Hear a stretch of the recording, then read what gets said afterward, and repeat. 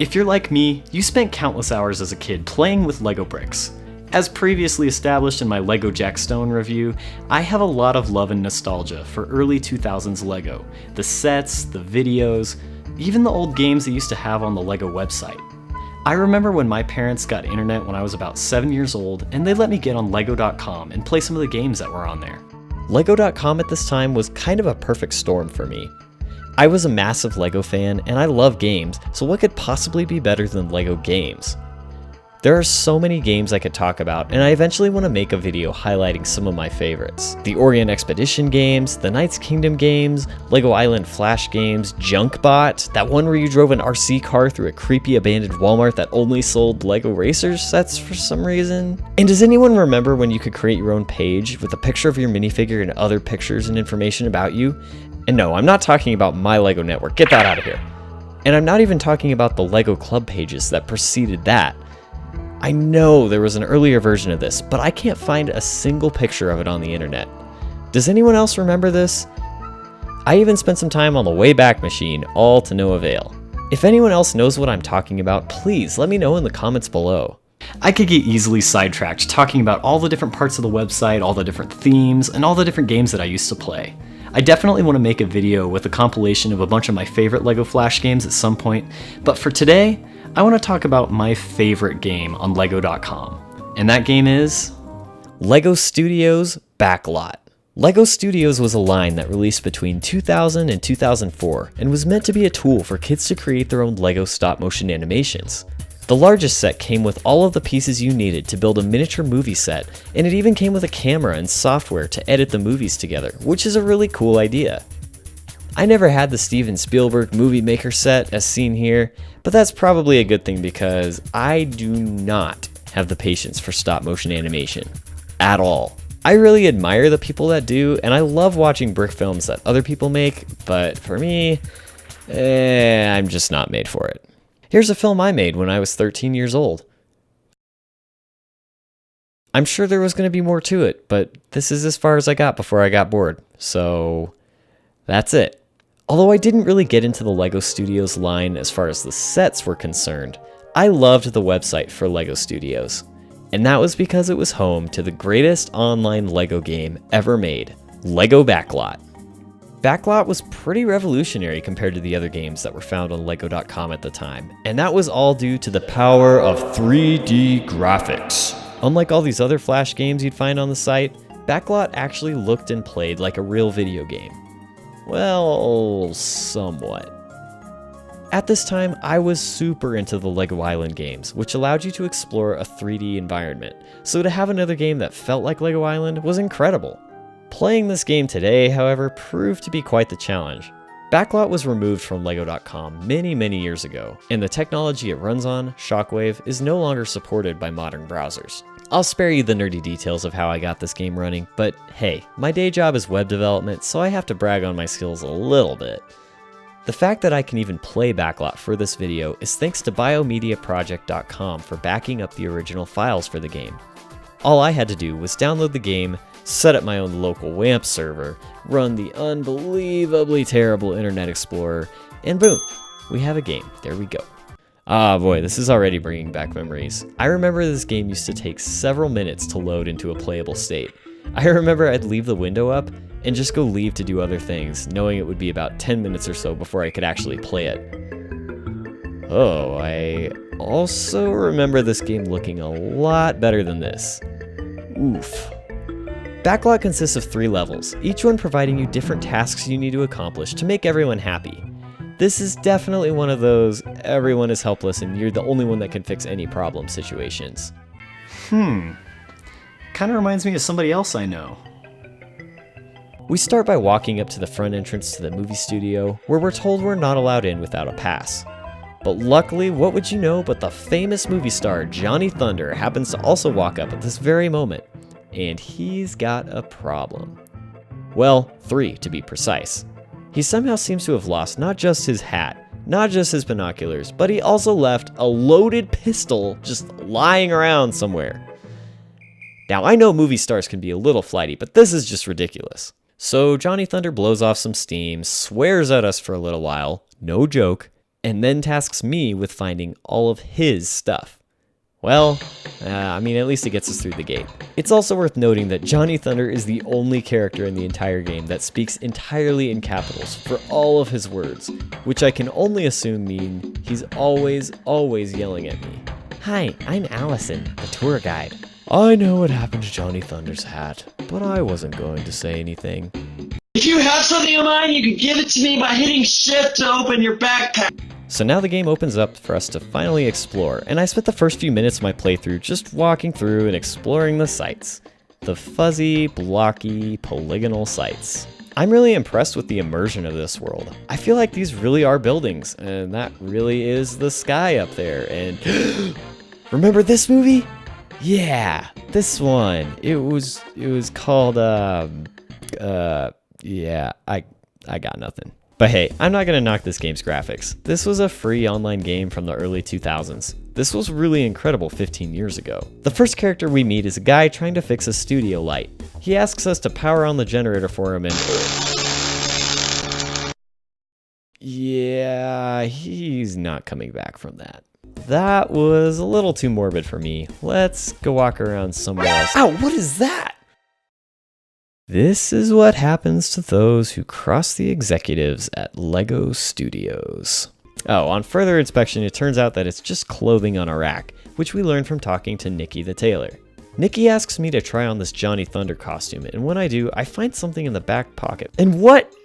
What is this? There's a loaded gun in here. So it seems that Johnny Thunder managed to just leave his gun in his other pants and then just sort of walked off without it. Well, I'm not gonna ask too many questions. At least we have the first item. Now we just need the binoculars and the famous Johnny Thunder hat. Taking another look around, we meet another gentleman and, you know, he's just chilling. He's just sitting there. You don't look very important, so I don't have to talk to you. Yeah, that's fair. One really cool thing is you can actually use these items before you give them to Johnny Thunder, like the gun and the binoculars. 10 long years have I waited for this very car to drive by on this road. I've been lying in wait and now... Sir, this is a holdup. I will shoot you. Please, sir. Just gotta find my gun. Ooh, a flower. I know it's here somewhere. Oh, stop your car, sir. Please come back, sir. Sir. Okay, Misty's aside, we're able to return all of the items to Johnny Thunder, and in return we're given a job as a gopher, which means we now have access to the locker room with our very own...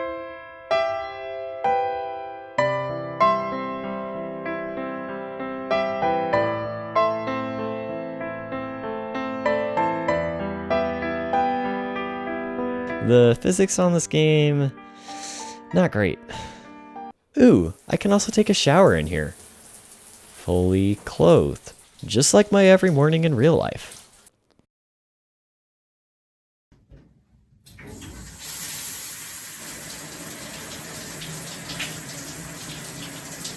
The first assignment in our new job is to get coffee for everyone that needs it on set. This is also when I discovered that there was a run feature. Wish I'd learned that sooner than halfway through the game. The movie set they've built for the scene is just kinda ridiculous. We have more electrocution wires lying around, lights that threaten to knock you off the set, and I don't know if it's a glitch in the game or what, but everything seems to have a bright heavenly glow in this room. Now that we have everyone's order, we can head over to the coffee shop.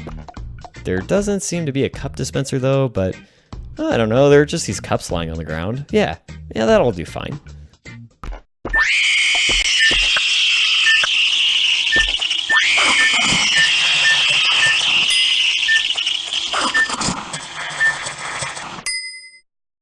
Oh look, it's a Bionicle.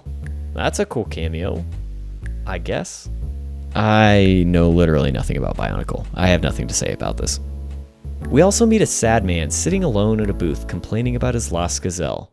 Oh, I mean Giselle. I have to finish the rewrite for Johnny Thunder's movie, but I just can't. Have you ever tried to write a screenplay with a broken heart? It's impossible. If only Giselle knew I was in love with her. But I'm too afraid to tell her. So it sounds like we need to take a flower to Giselle and confess this man's love. You know, like in middle school. Only one problem. I don't actually know who Giselle is. Are you Giselle? Are you Giselle? Are you Giselle? I guess this man's gonna have to live forever with a broken heart because I have no idea who she is. So we return with everyone's coffee and the second level draws to a close. So just a quick recap. We're about 2/3 through the game and so far we've gotten a job and gotten people's coffee orders. Thrilling. We've made it now to the final level and things seem to have gone from bad to worse. The director is home with the flu, Rex, one of the actors, won't come out of the trailer because he needs pie for some reason, the stuntman disappeared, and the script isn't done because this guy. Again, it's up to me, and only me, to fix all of the world's problems, which ends up being not too difficult. The trickiest part is platforming around this even crazier movie set than the last one. There are these alligators you have to carefully trek across, and the physics in this game are so bad it makes it almost impossible to clear a simple gap. We managed to find some pie at the top of the set, which we can give to Rex, and after talking to every character in the game, female or even remotely female looking, we finally find Giselle and deliver a flower to her. See? Love finds a way. We end up changing into a stuntman costume and just doing the stunts ourselves because clearly I'm the only one that can do anything here. And voila, we fixed all the world's problems. Now we get to watch the ending cutscene.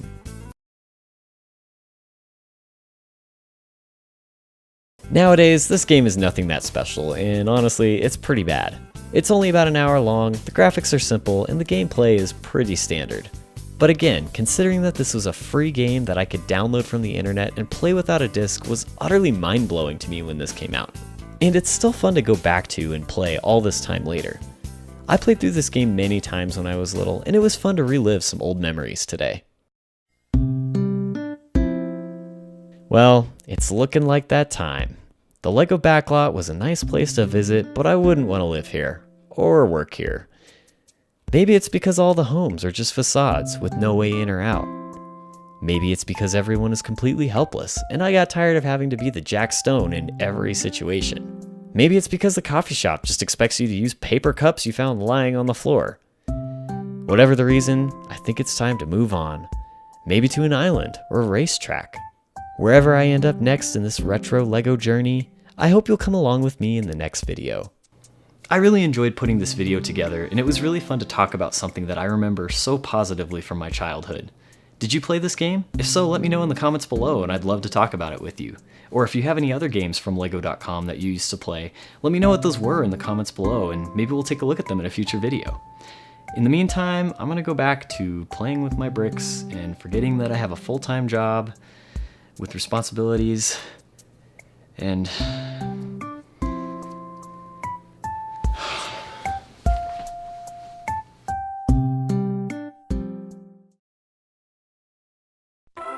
hey, thanks for watching this video. I hope you liked it. I know I talked a little bit about brick films in this, and I wanted to spotlight a couple of channels that are either friends of mine or have been in the comments of my videos that I just wanted to spotlight. Yummy Burrito is a super cool guy that makes really good, high quality brick films, so definitely go check him out. I also want to spotlight Full Circle Media, who's been making films for a really long time, and you can tell he puts a lot of effort into his videos. So please go check him out, give him a subscribe, and if you liked this video, maybe subscribe to me as well. We'll have lots more coming out soon. Thanks!